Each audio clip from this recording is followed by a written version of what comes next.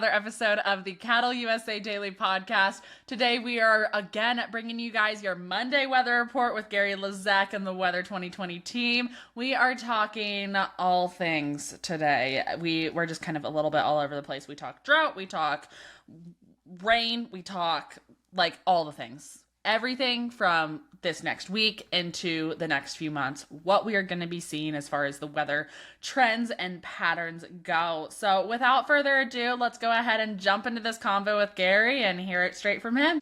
Gary, hello. Happy Friday. Welcome to the podcast. It's another beautiful day. Friday! It's Friday. Even though we're broadcasting on Monday. The sun is shining. Yes, exactly. The sun is shining here in Kansas. It is a gorgeous day. I have my outside office set up today. I take a little chair out there and I move a little... my desk is my husband's Blackstone grill with the cover on it. He's totally going to listen to this podcast. He's going to be like, you what? But my desk is my husband's Blackstone grill, and I set up a chair out there, and I have been baking in the sun all day, and it has been awesome. Glorious. Amazing. That is incredible. I love it. So anyway, I've got a lot of things going through my head right now. The one yes. I was going to say, you say it's beautiful blue sky, right? It's absolutely gorgeous. Because we are in the blue sky part of the pattern right now. Do you remember I told you this a few weeks ago? You remember it? I do. We're moving into the blue sky part of the pattern, and shockingly, it's blue sky. For the next, who would have thought? It's cycle, the pattern cycling. So not just the storm systems that we're predicting, but also the blue sky. And how old are you again? I am 23, Gary. And I'm 63. Did you know what's amazing? Did you know? What? Do you know what the perfect age is? What's the perfect age? 28. Okay, why is 28 the perfect age? 5 years from perfection. I'd say I'm pretty perfect right now, well, but you're okay. Pretty perfect, but you will be very perfect in 5 years. So what happens is our biorhythms cross, and this is in general, almost universally though, people. Okay. So you have your mental biorhythm, and at 27 you're like here. At 28, it's like way up here. Okay. Okay. So between now and 28. You're getting wiser and wiser and wiser, and physically you're getting stronger and stronger and stronger. That's why athletes are at their peak at 28, 29, 30. At 30 to 36, you start to fade a little bit physically. So at 36, usually athletes are done. And then for me at 63, I'm becoming a baby again gradually. Okay, it's true, but I'm still not there because mentally I'm strong, but physically I'm staying in good shape. So I'm probably close to 28. But just know, when you're 28, your biorhythms cross at that peak, and everyone tends to be at their absolute peak, mentally and physically combined, and that's why athletes is a perfect example of why they're so good at 28, 29, 30, and they fade at 36. Now at 63, you can still maintain a level of credibility that I have, but shoot, you're 5 years from perfection. I can't wait to see this happen. You're amazing. Me neither. Oh my gosh. I'm already pretty perfect at 23. Think of how perfect I'm going to be at 28. What can I say? I know. Well, that's. I love your confidence. Showstopper. I will say though. Yeah. You live in Colorado in high elevation. If you and I went on a hike together right now, I am physically fit. I am a fit individual. But hiking in high elevation for me, most humbling experience in the world. It is. I know it gets to you. It gets to you. So humbling. I'm like, why is the air spicy? It hurts to breathe. Yeah. Why? When you're hiking with a friend at 10,000 feet and you're having a conversation with them, you have to, after 5 minutes, go, hey, listen, I can't talk. Yeah, because you're not getting enough oxygen. Yeah. It's a humbling experience as a professional. Speaking of elevation, when you go up to that elevation, it's easier to snow. And this week, Sunny and Rainbow and I took an 11-minute drive from our studio right here, and it was snowing like crazy. 6 inches of snow had fallen, and I posted a video that you've got to see. I'll have to go see it. It's on my social media, and the dogs just love it. So they went running around in the snow, but that storm was predicted by using the LRC. It was literally the storm we expected for this week. Not saying we told you so, but we told you so. We told you it was going to happen. Yeah. And it happened. Exactly. I mean, who would have thunk it? Oh, wait, Gary did. The LRC, yeah. This was the blizzard part of the pattern, the January 5th blizzard. January 5th, I was in a snowstorm in Kansas City, and May the 5th, I was in a snowstorm in Colorado. It was that part of the pattern that came cycling through, that just passed through last week. And so now I think we can put snow to rest here in Colorado. It's going to be a big warm up. But just know that is a perfect example that what we've been discussing every single week here on this Cattle USA podcast, that we had predicted this. This January 5th storm, the pattern that produced that, just came through and did produce. In Kansas City, all it did was produce a little bit of rain, but it rained. Yeah. And it's fascinating. It is fascinating. I love it. Well, Gary, speaking of the weather, what's happening? What's going on with the weather? What are we going to talk about today? Well, now that we've established that the pattern is right on schedule this past week, it continues. Now, what happens, the jet stream is going to gradually weaken as we go through the end of May, June, first of summer. Why does summer even exist? Because the jet stream weakens so much. The jet stream is caused by temperature contrast. And so when the contrast during January 5th storm that we just talked about, it might be minus 50 in Canada and 90 in Mexico for a 140-degree contrast.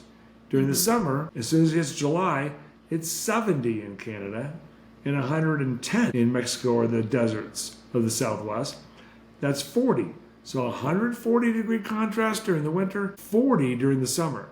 The jet stream is created by that contrast. Believe it or not, it's called a thermal wind. It's a very complex concept, but that thermal wind causes it. So when the summer version of the jet stream is weaker and it shifts farther north. So the jet stream is in the process of doing that now, and it takes until about the first day of summer before tornado season finally ends.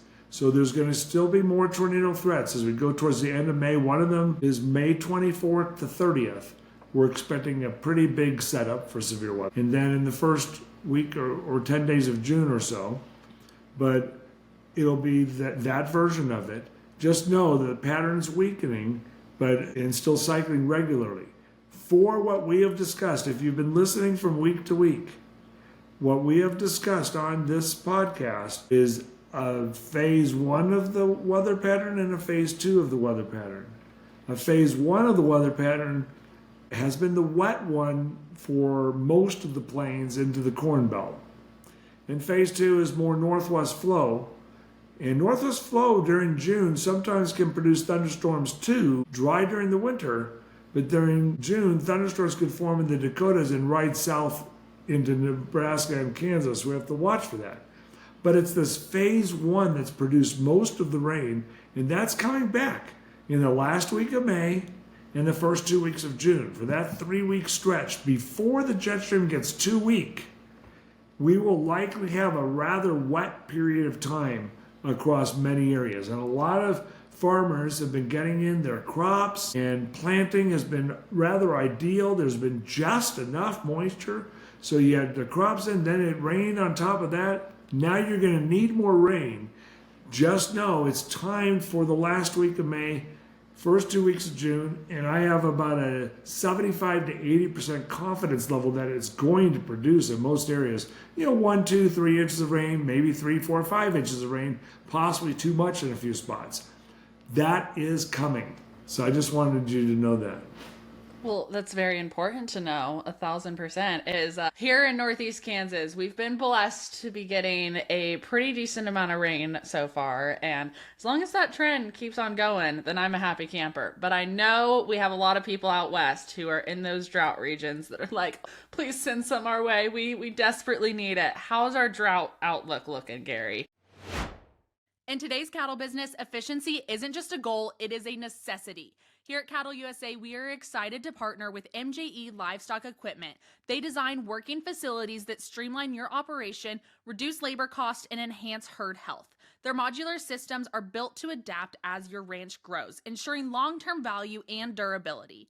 Invest in equipment that works as hard as you do. Visit mjelivestockequipment.com to learn more today.